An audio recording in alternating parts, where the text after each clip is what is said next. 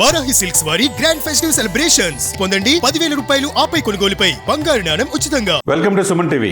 Suman TV వీక్షకులకి కనుమ శుభాకాంక్షలు. ప్రపంచవ్యాప్తంగా సంక్రాంతి సంబరాలు నెక్స్ట్ లెవెల్లో చేసుకుంటా ఉన్నారు తెలుగు వాళ్ళు. ప్రతి ఇంట మన శివశంకర్ వరప్రసాద్ మాటే.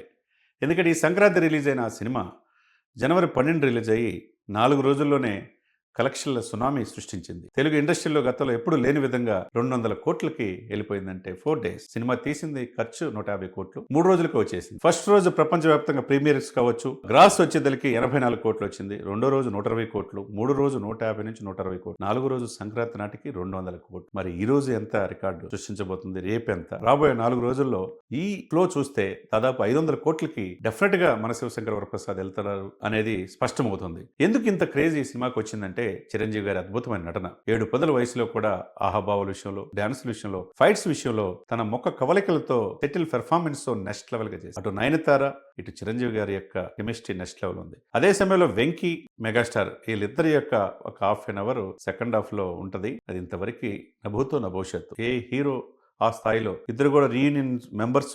ఆనాటి నుంచి ఈనాటి వరకు 40 సంవత్సరాలు వాళ్ళు కంటిన్యూగా హీరోలు హీరోయిన్లు అంతా కూడా కలుస్తుంటారు సంవత్సరానికి ఒకసారి. అటువంటిది వెంకటేష్ గారు చిరంజీవి గారి ఒక ఇది అద్భుతంగా పండించారు. మరి ఇటువంటి కుటుంబ కథా చిత్రాలు తగ్గిపోతున్న ఈ రోజుల్లో కుటుంబ విలువలు, బంధాలు, బాంధవ్యాలు, తల్లిదండ్రుల ఆప్యాయత, బిడ్డల పట్ల తల్లిదండ్రులు తీసుకోవాల్సిన జాగ్రత్తలు, ఇవన్నీ కూడా బేసిక్ నీడ్స్ అనమాట. ఈ నేటి సమాజానికి ఈ సంక్రాంతి సందర్భంగా మన శివశంకర్ వరప్రసాద్ తెలియజేశారనుకోవాలి. అనిల్ రావుపూడి ఆయన హిట్ సినిమాలకి అంటే అపజయం ఎరుగున దర్శకుడిగా పేరు పొందిన వ్యక్తి, చిరంజీవి గారిని సినిమాలు చూసి ఎదిగిన వ్యక్తి. మరి అభిమాని దర్శకుడైతే ఎలా ఉంటుందో అనిల్ రావుపూడి చూపించారు, చెప్పి హిట్ కొట్టారు. అదే సమయంలో చిరంజీవి గారు కూడా 7 పదుల వయసులో ఆ ఉక్ స్టెప్ చూస్తే ఫస్ట్ నుంచి లాస్ట్ వరకు ఇంకా ఎవరు వేయలేరురా బాబు, ఈయన కారణ జన్ముడు Chiranjeevi, first number 1 last number 1 కూడా ఆయనేనని అందరి నోట వినపడుతున్నాం. ఏదేమైనా కానీ ఒక అద్భుతమైన సినిమా చూసామనే ఇదితో ప్రేక్షకులంతా వెళ్తున్నారు. కుటుంబం మొత్తం సకుటుంబ సపరివార సమేతంగా నేను ఫస్ట్ రోజునే సుమన్ టీవీలో చెప్పడం జరిగింది. మన శివశంకర్ వరప్రసాద్ యొక్క రివ్యూ చెప్పడం జరిగింది. ఈ సినిమా డెఫినెట్ గా రికార్డులు సృష్టిస్తుంది. చిరంజీవి గారు తన జీవితంలో, నటనా జీవితంలో నెక్స్ట్ లెవెల్ గా చేశాడు అని సుమన్ టీవీలో ఫస్ట్ టైం మనం చెప్పాం. అదే ఈ రోజున అన్ని ఛానల్స్ లో వస్తుందంటే దాన్ని బట్టి మనం చెప్పింది ఏ విధంగా, సుమన్ టీవీ చెప్పింది ఏ విధంగా నిజమైందో ఈ కలెక్షన్లు బట్టి అర్థమవుతుంది. రికార్డులు ఆయనకి కొత్త ఏమీ కాదు. 6 సార్లు ఫిల్మ్ఫేర్ అవార్డులు సాధించారు. గిన్నిస్ బుక్ రికార్డు డాన్స్ స్టెప్పుల విషయంలో గిన్నిస్ రికార్డు సాధించారు. పద్మవిభూషణ్ అయ్యాడు తను చేసిన సేవా కార్యక్రమాలు అట్లా. ఆయన ఈ మధ్య చెప్తా ఉన్నాడు, నేను అనుకున్న దానికంటే దేవుడు నాకు ఎక్కువ ఇచ్చాడు, ఇక చేయాల్సిందంత ప్రజలకి సేవ చేస్తున్నాడు. అటువంటి గొప్ప విషయం, గొప్ప వ్యక్తి మొగల్తూరులో పుట్టి ఒక కానిస్టేబుల్ కొడుకుగా ఆయన ప్రస్థానం స్టార్ట్ అయ్యి చెన్నై వెళ్ళి అది నేర్చుకొని ఆ సినిమా రంగంలో చేరాలనే ఉత్సుకతతో చార్టెడ్ అకౌంట్ వృత్తిని పక్కన పెట్టి అతన్ని ఎవరైతే హీరోగా పనికిరాడు అన్నారో అతనే ఎంబడబడి నువ్వే కావాలి హీరో అని చెప్పేసి ఒక ట్రెండ్ సెట్టర్గా మనం చిరంజీవి గారిని చూడొచ్చు. ఇప్పుడు దాదాపు 50 సంవత్సరాల జర్నీ, 70 సంవత్సరాల వయసు, ఇంతవరకు ప్రపంచంలో ఏ నటుడు లేని విధంగా డాన్సులు కావచ్చు, ఆహభావాలు కావచ్చు, నటనగా ఎన్నిటి ద్వారా మెప్పిస్తున్నాడంటే మరి చిరంజీవి కాకుండా ఏమవుతాడు?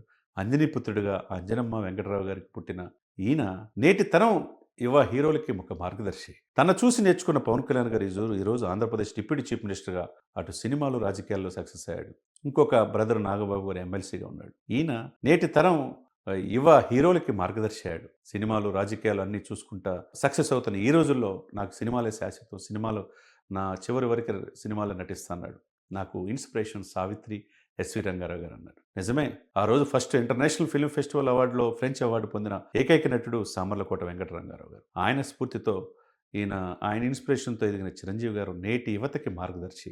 ఈ రికార్డులు సృష్టిస్తూ ఉంటే మరి బాక్సాఫీస్లో 100 కోట్లు 1000 కోట్లు పెట్టి సినిమాలు తీస్తున్నాం, దానికి మించి కలెక్షన్స్ రావాలనే సమయంలో అతి తక్కువ బడ్జెట్ 85 డేస్లో ఈ సినిమా పూర్తయిందని చెప్పి అంటున్నారు. 150 కోట్లతోనే ఈ సినిమా సాహు గార్పాటి కావచ్చు, గోల్డ్ బాక్స్ అధినేత సుష్మిత గారు కావచ్చు, నెక్స్ట్ లెవెల్లో ఖర్చు వెనకాడకుండా తీశారు. చిరంజీవి గారిని కొత్తగా చూపించారు. ఎంత సెంటిమెంట్, భార్యాభర్తల మధ్య ఎలా ఉండాలి, అనురాగం, ఆప్యాయతలు చూపించారు. పిల్లల పట్ల ప్రేమ ఏంటనే చూపించారు. తర్వాత ఫైట్స్ విషయంలో కావచ్చు, ఒక పవర్ఫుల్ పోలీస్ ఆఫీసర్గా అన్ని రంగాల్లో కూడా చిరంజీవి గారు మెప్పించారు. ఈ రికార్డుల సునామీ సంక్రాంతి సమయానికే నేను మొదటి రోజు కూడా చెప్పి ఈ సునామీ ఎట్లా ఉంటుందంటే 12 తారీఖు స్టార్ట్ అయితే ఇది లాంగ్ వీకెండ్ వచ్చింది. ఈరోజు కనుమ, రేపు శని ఆదివారాలు సెలవు అయిపోతే మండే నాటికి ఈ సినిమా డెఫినెట్గా రాబోయే 4 రోజుల్లో ఈ రికార్డు 200 కోట్ల నుంచి 500 కోట్లకి వెళ్తుంది అనటంలో ఎటువంటి అతిశయోక్తి లేదు. మరి ఇటువంటి దర్శకులు కావచ్చు, నిర్మాతలు కావచ్చు, ఇటువంటి కుటుంబ కథ చిత్రాలు తీసుకురావాల్సిన అవసరం ఉన్నది. కుటుంబ కథ చిత్రాలని ఫ్యామిలీని మెప్పిస్తే, ఫ్యామిలీ ఎంటర్టైన్మెంట్గా వినోదాత్మకాన్ని రంగరించి పండిస్తే కనుక డెఫినెట్గా తెలుగు ప్రజలు ఆదరిస్తారు ప్రపంచవ్యాప్తంగా అనటానికి నిదర్శనమే మన శివశంకర వరప్రసాద్.